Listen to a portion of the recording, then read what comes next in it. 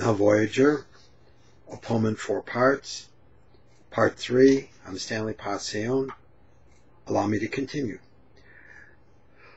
Today, the specter says, before I appear in vision to you, a fierce fit seized my brain, and I took my sword and smashed it mightily against the stone which our men had trundled from the moraine. A monument on whose face inscribed characters memorialized my life. Wordlessly he hands me a leather roll to unfurl. It is a runic manuscript, and though the writing was olden Svenska, I could read it. My darling Brunet, the salutation goes. I am your countryman, a remote ancestor. I tell you true. And whether you believe me or not, or how you choose to act, the matter rests entirely with you. Nonetheless, I urge you, hearken. Death has deprived me of the ability to speak. The poet's verse, the dream he communicates to you, is channel. The vehicle this ghost employs, without this medium, no correspondence would exist. You have heard of the hurried activity that animates the point of embarkation. Note the anticipation of mere material success. It dwarfs so much noble human effort. The business these ships portend had once been mine. The business the ships portend had been mine. And now, Voyager, you, like we before you, pursue the world to bring it to feet. You seek new riches and hope to bring them home to dazzle compatriots. Yet whatever the greatness now awaits you, yours cannot compare to our accomplishment. Forgive the invidious note. Still mull it over. Allow me this moment. Imagine it. The joy. We sat well in order and smote the sounding furrows and sailed into the sunrise. We headed towards the baths of the morning stars. And when we landed, we crossed a vast, unnamed landmass between Europe and Asia, harnessed captives to forge the rivers, fought numberless skirmishes. We used native allies to establish posts for trade. And while we traveled, we beseeched Odin.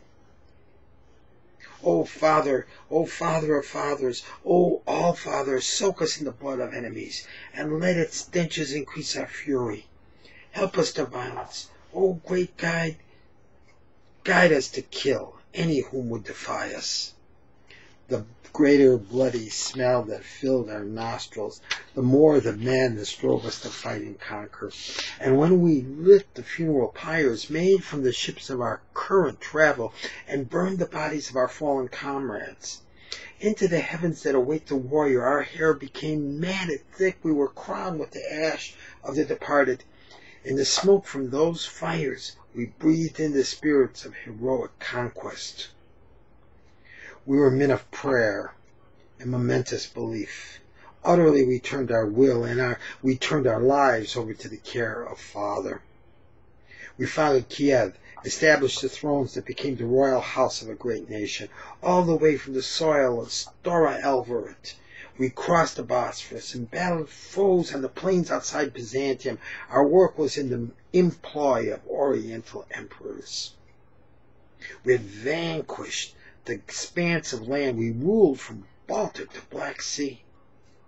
And when we returned to our homeland shores, we had ships filled with slaves and honey. We brought women companions north. Awesome beauties of the east were ours.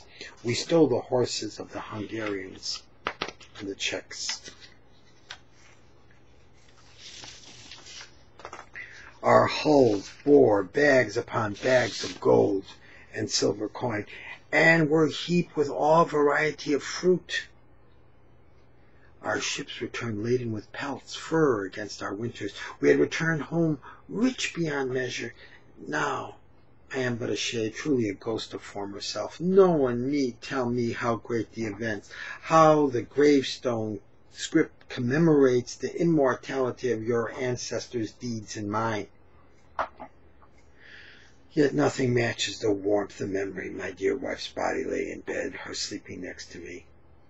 Once, and now so many years ago, I happened upon my wife while she lifted our son to seat him on the front plank of an ox cart parked in the front of our home. I must convey that there be more lasting memory and real worth for me in the way dappled sunlight had illuminated my son's head than is upon all the runes in the homeland today. Our paths emerge for a while, then close forever within a dream. Time cuts its length so short, only the moment may be savored, all else vanity, and once we recognize the transitory, the fleetingness of all we savor, we may seize the instant and no treasure. I am but a shade, my victories mean nothing. Were I only able to spend an hour more in bed with my beloved, could I once more bear living witness to sunlight across treetops at the height of day?